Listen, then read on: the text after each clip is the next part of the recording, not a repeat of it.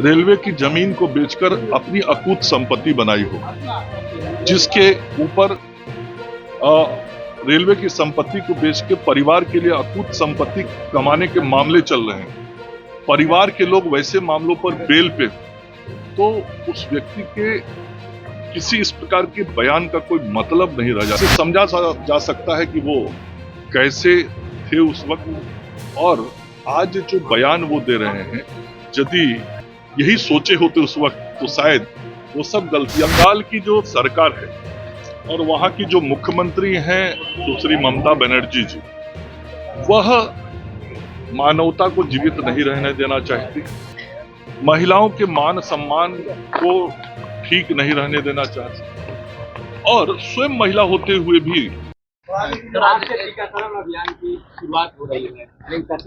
आज से मुख्यमंत्री बालिका कैंसर प्रतिरक्षण योजना की शुरुआत हुई है। ये जो बच्चेदानी के मुख पे कैंसर होता है महिलाओं को, उससे बचाव के लिए ये टीका दिया जाता है। और बिहार देश का पहला ऐसा राज्य है जिसने अपने राज्य के बच्चियों को, जिनकी उम्र 9 वर्ष से 14 वर्ष तक की है, उनको मुफ्त में देने का निर्णय किया है। और अभी प्रारंभिक अनुमान है कि इस वर्ष लगभग 150 करोड़ के करीब रुपए खर्च होंगे। मैं आदरणीय मुख्यमंत्री जी को, अपने वित्त मंत्री और उप मुख्यमंत्री जी को धन्यवाद देना चाहता हूं। उन्होंने इसकी स्वीकृति दी है। और आदरणीय प्रधानमंत्री नरेंद्र मोदी जी का जो सपना है कि हम सब लोगों को नर सेवा करना है, मानव का सेवा करना है स्वास्थ्य विभाग से, इस कार्यक्रम के माध्यम से आदरणीय प्रधानमंत्री जी की सोच को भी हम जमीन पे उतार रहे हैं। और ये योजना आज बिहार में 5 जिलों में शुरू हुई है। अभी पटना, मुजफ्फरपुर, सीवान, नालंदा और पूर्णिया। अगले 1 महीने में पूरे राज्य में ये टीकाकरण सभी जगहों पे शुरू हो जाएगा। हाँ, मैंने कहा ये चूंकि एक विशेष प्रकार का टीका है और हम सब लोग टीका देने वाले अपने एएनएम को भी ट्रेनिंग देके ये काम कराते हैं, तो ये सब शुरू हो गया है काम। धीरे धीरे प्रक्रिया आगे बढ़ती जाएगी और ये नंबर जो केंद्र है वो बढ़ते जाएंगे। ये लालू यादव ने ट्वीट किया, उन्होंने रेलवे पर सवाल खड़े किए हैं कि प्राइवेटाइजेशन कर दिया, अब पटरी भी बेच रहे। रेलवे की जमीन को बेचकर अपनी अकूत संपत्ति बनाई हो, जिसके ऊपर रेलवे की संपत्ति को बेच के परिवार के लिए अकूत संपत्ति कमाने के मामले चल रहे हैं।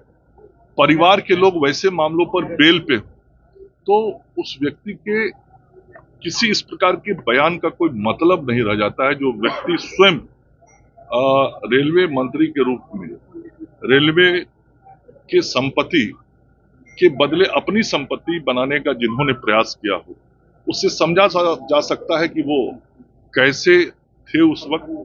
और आज जो बयान वो दे रहे हैं, यदि यही सोचे होते उस वक्त तो शायद वो सब गलतियां वो न किए होते।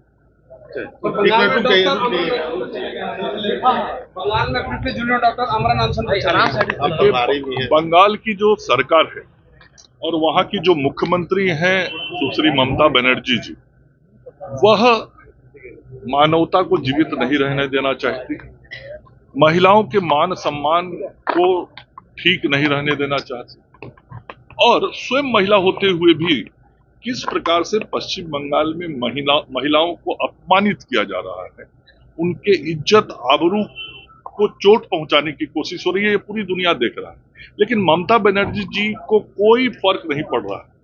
और जो अभी का आरजी कर हॉस्पिटल का मामला हुआ और उसको लेके चिकित्सकों ने, वहां के छात्र छात्राओं ने और संपूर्ण पश्चिम बंगाल के चिकित्सकों ने जो बातें उठाई, जो मांगे रखी, पहले तो ममता बनर्जी की सरकार बात करने को तैयार नहीं थी। जब बात करने को तैयार हुई तो वो डॉक्टरों की बात सुनने को तैयार नहीं है। डॉक्टर भय में है, डॉक्टर और खास करके जो महिला चिकित्सक हैं, और मैं तो कहूंगा संपूर्ण महिला जो पश्चिम बंगाल की है, वो सब भयाक्रांत है, क्योंकि सबको अपनी इज्जत आबरू का डर लगता है।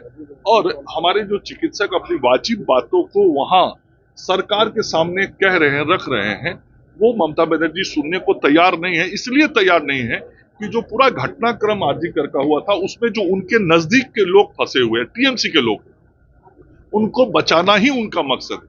और अब इससे बड़ा बात क्या हो सकता है कि जिस बच्ची की हत्या हुई थी उसको उसका बिना एफआईआर किए हुए उसके डेड बॉडी को जला दिया गया।